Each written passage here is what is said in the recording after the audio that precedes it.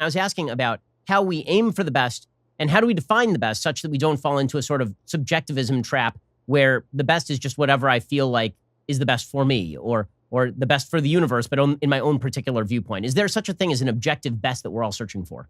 There's a transpersonal best. I don't know if it's objective. I think we need a third category, which is something like transpersonal subjective. So it's the same across people, but it still manifests itself in the subjective domain. There's a technical problem with being selfish, because you might say, well, it's myself against others, and I could just do what was good for me. There's a technical problem with that, which I outline in both books, but in particular in Beyond Order, is that, well, if it's, let's say you're only acting in accordance with what's good for you. Well, which you do you mean exactly? Do you mean you in the next 5 minutes, or the next 10 minutes, or the next day, or the next week, or month, or year, or 5 years, etc.? You get the picture. There's the you that extends at multiple levels of temporal resolution. And that's a group. That you, I mean, you're an old person. Not yet, but you will be. And so you could say that if you were enlightened selfish, you'd act in a manner now that is best for your 80-year-old self.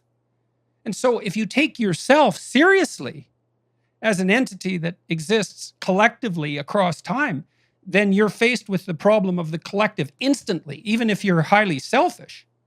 So I don't think that there is a selfishness that's logically juxtaposed against the interest of the collective.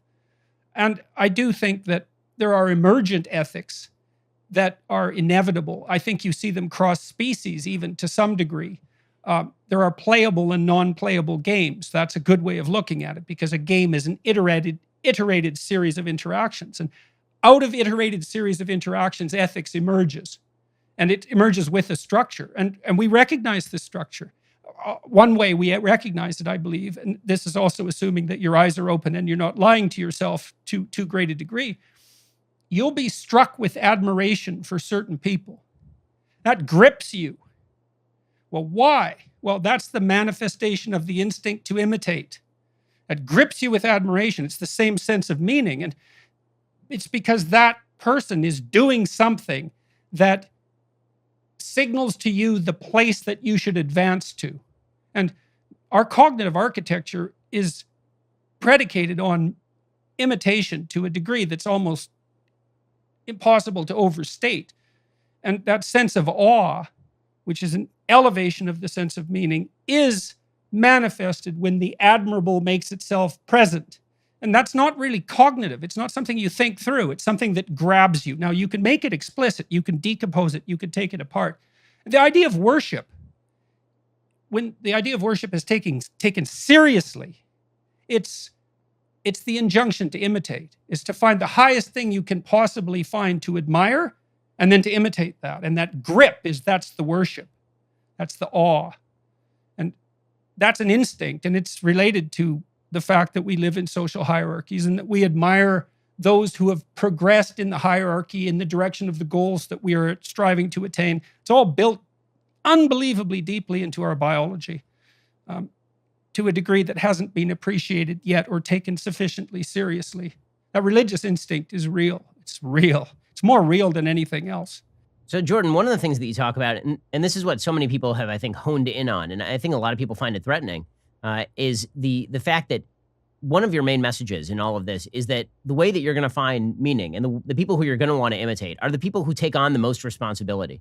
And in a society that focuses a lot on rights and very, very little on duties, that is a super countercultural message. And the fact that it's resonating with young people has to scare the living hell out of a lot of people, because the simple fact is that so much of our society is predicated on the idea that it is actually in some ways antisocial to take on responsibility, that taking on responsibility defeats the purpose of the infrastructures that we've created to relieve you of the responsibility. So if you say, no, I don't want your help, I feel that your help is enervating me, and my job in life is to shy away from that supposedly helping hand that actually is crippling my ability to care for myself and my family, that scares a lot of folks who are invested in these systems. But you really preach responsibility, and I think that's right. I mean, I can't think of a single person that I admire who is a person who shirks. In fact, I find it hard to believe that there's anybody who people admire, whose main goal in life is to shirk responsibility and engage in personal pleasure.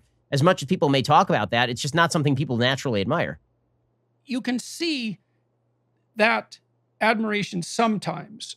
So you can think about the film Rebel Without a Cause, for example. There's the romantic rebel who shirks duty but the real reason is he's standing up for a higher responsibility and refusing like blind pathological conformity. And so you can get around the responsibility problem that way and admire, creative rebellion, something like that. But those few exceptions apart, I ask my readers just to think for themselves about that. It's like, well, who do you admire? And when do you admire yourself? When do you have some self-respect? And when does your conscience bother you? Do you have self-respect when you're shouldering your responsibilities or when you're abdicating them? You might say, well, I don't have any responsibilities. It's like, well, do you have any goals? Well, I don't have any goals. Well, then you don't have a life. It's like you can't even act. You have to have goals. That just doesn't work. That isn't a statement that works in the world. If you have goals, you have responsibility. The responsibility is to progress towards the goals. You can even change the goals if you want, but you can't get rid of the fact that you have a responsibility to move towards your goals. And you can say, well, I'll just dispense with goals. It's like, well, unless you're like the Buddha, good luck with that. And even in the Buddha's case, I mean, he had nirvana at his fingertips, but rejected it to go back to redeem the world. So the only instance we know of, essentially, mythologically or otherwise, where there was a detachment from goals and nirvana attained as a consequence, the consequence of that still was the adoption of responsibility, the rejection of nirvana as a solitary pursuit. So, and then you think about your own life and the life of your parents. Well, where do you find your meaning? Well, in your intimate relationship. Is there responsibility there? Well, there is if it's a relationship that's based on trust and love and fidelity.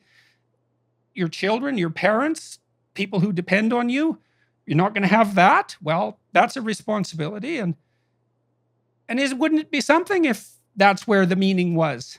Well, it is. And this is my experience. I've really been thinking about this lately, about where the deepest meaning is. I was talking to this guy, Chris Williamson, a while back, and he's got this new podcast in the UK. And I was really struck when he interviewed me because he spoke, when he asked me questions, he had no speech errors, no ums, likes, you knows, no pauses in attention, nothing. And I asked him about that, and he said he had been practicing being precise in his speech for 6 years and had really mastered that. But in any case, before he started his podcast, which is called Modern Wisdom, he was a successful young man in the sort of quasi-celebrity way that the culture might offer as a icon for admiration. He worked in nightlife, and he's an attractive guy, and he had money, and he had women, and he had material success. And good for him, as far as I'm concerned. That's a lot better than failure. But he started to pursue something that was deeper, and the podcast came out of that, and he started attending to what he was saying. And I talked to him about the deep sense of satisfaction, meaning that I have when people tell me that they've done something positive in their life and that I had some influence on that, or something I said had some influence on that. It's overwhelmingly significant. And he said he had exactly the same experience. It's like, what if it was the case? All cynicism defeated with this proposition that there isn't anything that would actually make you feel more engaged in your life than taking the opportunity to take the best in someone else and encourage that development. What if that is what we're actually like? I think that is what we're like. I believe that. And I see it. I see it happening all over. And so that's not power, eh? If our hierarchies are actually based on that, most fundamentally, and the best people I've seen who are very successful in their hierarchies are people who take their mentoring, for example, not only with dead seriousness, but take tremendous pleasure in it. Well, what if that's the operative principle? What if the postmodern critique of hierarchy is so wrong that it's actually the opposite? Now, that doesn't mean it can't be corrupted. Institutions get corrupted by deceit and by power all the time. But that doesn't mean that that's their central essence. So I tell young people, maybe responsibility. That's where you'll find what you need, what you desperately need. And I don't say that because I'm shaking a stick at them. I'm saying that because that looks to me like it might be the case.